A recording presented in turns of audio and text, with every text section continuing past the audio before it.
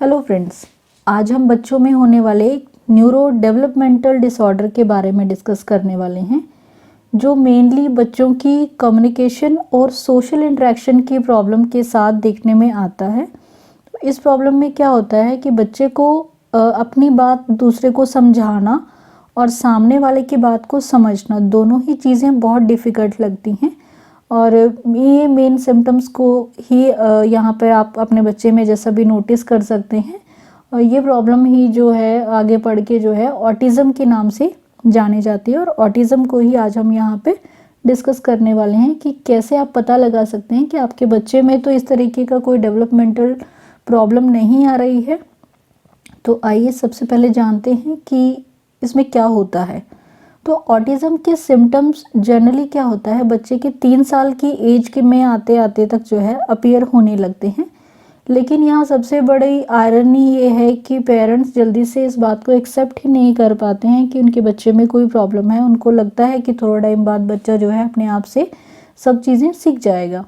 लेकिन अगर क्या होता है कि हम ये बात को हम पहले जानते हैं या समझ लें तो हम बहुत जल्दी जो है अपने बच्चे की प्रॉब्लम को समझने के साथ साथ उसके ट्रीटमेंट की तरफ आगे बढ़ सकते हैं। तो आइए पहले जानते हैं कि इसमें कैसे सिम्टम्स होते हैं जो हमें इंडिकेट करते हैं कि हमारा बच्चा ऑटिज़म की तरफ बढ़ रहा है। तो इसमें सबसे पहली चीज़ जो आपको देखने में आएगी कि आपका बच्चा जो है आई कांटेक्ट नहीं करेगा। अब जब भी आप उससे कुछ बात करना चाहेंगे या फिर वो आपको कुछ चीज़ समझाना चाहेगा तो आपसे नज़र मिला के बात नहीं करता है। दूसरा, बच्चा दूसरों की तरफ देखना या उनकी बात को बिल्कुल सुनता नहीं है। आप जब अपने बच्चे को अपने तरफ बुला रहे हैं या कुछ कहना चाह रहे हैं या कोई नई चीज़ उसको सिखाना चाहते हैं तो उसका कोई इंटरेस्ट नहीं होगा आपकी बात को सुनने में भी। इसके बाद फ्रेंड्स, अगर दूसरा व्यक्ति उनको कोई चीज़ पॉइंट आउट करता है, आप उसको कुछ दिखाना चाह रहे हैं, तो उसको वो देखने में भी कोई इंटरेस्ट नहीं है, क्योंकि ऐसे बच्चे नॉर्मली अकेले ही खेलते हैं और अपनी ही दुनिया में रहना पसंद करते हैं।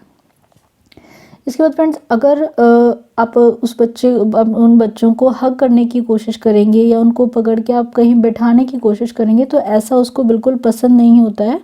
वो बिल्कुल जो है आपकी हग को, आपकी कडल को एक्सेप्ट नहीं करेगा।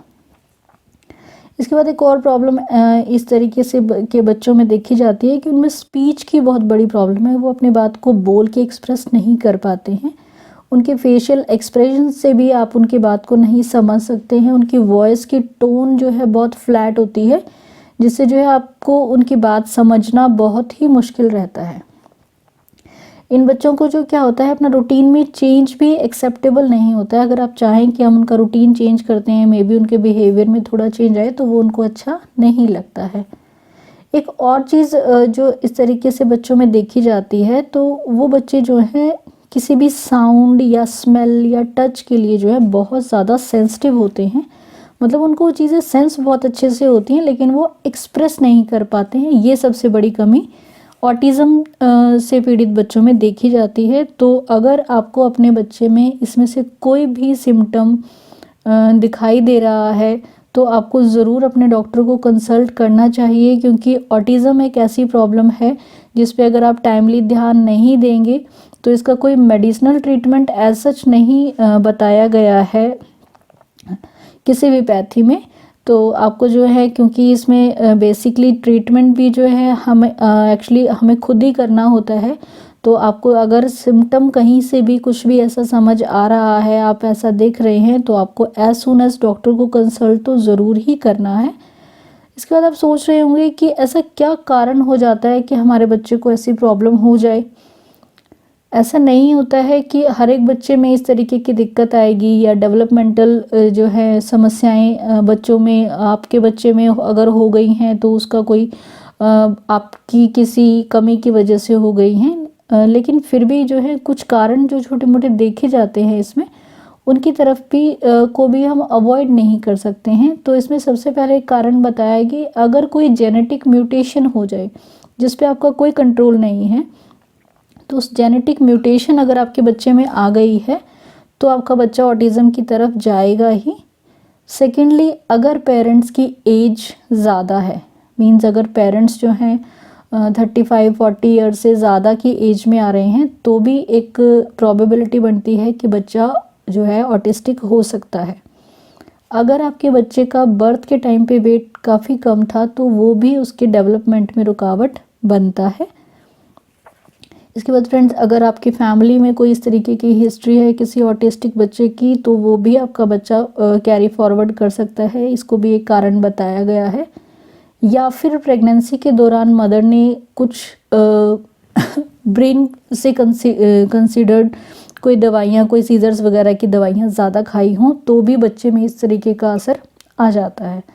तो फ्रेंड्स, ये तो हुई कॉजेज़ की बात, लेकिन जैसा कि मैं फिर से यही कहना चाहूँगी कि हमें सिम्टम्स को बिल्कुल अवॉइड नहीं करना है।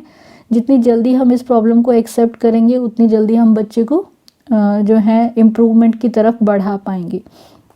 तो फ्रेंड्स, यहाँ पर बात ट्रीटमेंट की अगर हम बात करते हैं तो जैसा कि मैंने पहले भी कहा कि मेडिकली इसका कोई क्योर नहीं बताया गया है, लेकिन जितनी जल्दी हमें मालूम चल जाएगा उतनी जल्दी हम बच्चे को थेरेपीज़ के लिए इसमें आगे बढ़ा सकते हैं, ताकि वो थेरेपीज़ के साथ बच्चे में इम्प्रूवमेंट बिल्कुल आएगी ही।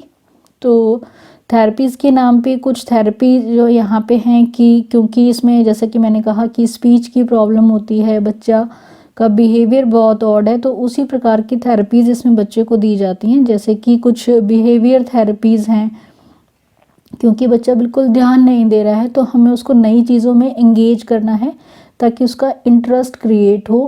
ख़ास तौर से हमें बच्चे को फ़ोन, टीवी जैसी चीज़ों से दूर रखना है। हमें उसको ज़्यादा सोशलाइट करने की ज़रूरत है, क्योंकि बच्चा जितना सोशल सर्कल उसका बढ़ेगा उतना उसको नई चीज़ें दिखाई देंगी, उसके माइंड में क्यूरोसिटी आएगी। बच्चा जितना लोनली एनवायरनमेंट में रहता है तो वहाँ पर भी बच्चा अपनी ही दुनिया में रहने की आदत उसको पड़ जाती है, तो उस चीज़ से हमने उसको बाहर निकालना है, तभी हम उसके बिहेवियर में चेंज ला पाएंगे। सेकेंडली फ्रेंड्स, प्ले थेरेपी होती है। तो प्ले थेरेपी में क्या है, हमें बच्चे को बहुत इस तरीके के गेम्स देने हैं जो उसके दिमाग में क्वेश्चंस पैदा करें। उसको ऐसे कलर्स दिखाने हैं जो कलर्स वो ब्राइट कलर्स को देख के वो खुद उनकी तरफ अट्रैक्ट होगा खेलने के लिए। इसके बाद जो है फ्रेंड्स, उसको जो है थोड़ा सर्कल, जैसे मैंने कि कहा कि उसका बढ़ाना चाहिए। आप उसको किसी प्ले स्कूल में या किसी आंगनवाड़ी में ऐसे जगह लेके जाएं जहाँ पे नंबर ऑफ़ चिल्ड्रन उसके एज मेट, जब वो देखेगा कि वो डिफरेंट एक्टिविटीज़ कर रहे हैं और वो नहीं कर पा रहा है तो वो ज़रूर जो है उसमें कोशिश करने की जो कैपेसिटी है वो बच्चे में जनरेट होगी, और आप तो उसकी हेल्प करने के लिए उसके साथ हैं ही। इसके बाद फ्रेंड, जब बच्चे में थोड़ा सा अटेंशन और कंसंट्रेशन बढ़ेगी तब हम उसको स्पीच थेरेपी के लिए तैयार करते हैं। कि जब पहले तो क्योंकि ऑटिस्टिक बच्चा किसी की बात सुनता ही नहीं है, तो जब अगर आप उसमें ये बिहेवियर, ये टेंडेंसी आप उसमें डाल पाएंगे कि वो थोड़ा बैठने लगा है, आपकी बात की तरफ ध्यान दे रहा है, तो तभी आप उसको स्पीच के लिए प्रमोट कर पाएंगे, उसको वर्ड सिखाने की कोशिश करेंगे। और इसके बाद आता है फ्रेंड्स मेडिकेशन। ऐसा जैसे मैंने कहा कि कोई मेडिकेशन नहीं है, लेकिन हाँ, हम जो है उनकी कंसंट्रेशन को बढ़ाने के लिए उनके ब्रेन के एक पार्ट में को जो है एक्टिव रखने के लिए कुछ आयुर्वेदिक हर्ब्स हैं, कुछ मेडिकेशंस हैं, उनको ज़रूर दे सकते हैं, जिनके कुछ के नाम मैं यहाँ पे लेना चाहूँगी। तो आयुर्वेद में जैसे कि कुछ हर्ब्स हैं जैसे ब्राह्मी, वचा, मुलैठी, अश्वगंधा। इन हर्ब्स का प्रयोग हम कर सकते हैं बच्चे में अटेंशन की कैपेसिटी बढ़ाने के लिए। तो आयुर्वेद में क्योंकि इन चीज़ों को रसायन बताया गया है, और रसायन जो है आपकी बॉडी के सिस्टम को एक्टिवेट करते हैं प्रॉपरली, ख़ासतौर से आपके ब्रेन को। और कुछ मेडिसिन्स का नाम हम यहाँ पे लेना चाहेंगे जो बच्चों को काफ़ी फ़ायदा करती हैं, जैसे कि वचा चूर्ण बच्चे की स्पीच के लिए बहुत हेल्प करेगा। सारस्वत आरिष्ट, वो बच्चे की कंसंट्रेशन बढ़ाने के लिए हेल्प करेगा यहाँ पर। स्वर्ण भस्म और महाकल्याणक घृत, ये बच्चे की इम्यूनिटी रेज करने के लिए हेल्प करते हैं। तो आप इन मेडिसिन्स का प्रयोग करके डिफरेंट थेरेपीज़ पे ध्यान दे करके अपने बच्चे को इस ऑटिज़म की प्रॉब्लम से बाहर निकलने में हेल्प कर सकते हैं, ताकि उसका फ्यूचर जो है अंधेरे में नहीं जाएगा, वो भी नई चीज़ें सीख कर अपनी जो लाइफ को जो है नॉर्मल बच्चों के जैसे जी पाएगा। तो उम्मीद है फ्रेंड्स आपको ये जानकारी पसंद आई होगी। जानकारी पसंद आई है तो प्लीज़ चैनल को लाइक, शेयर व सब्सक्राइब कर दें। Thank you so much friends for watching. Stay healthy, live well.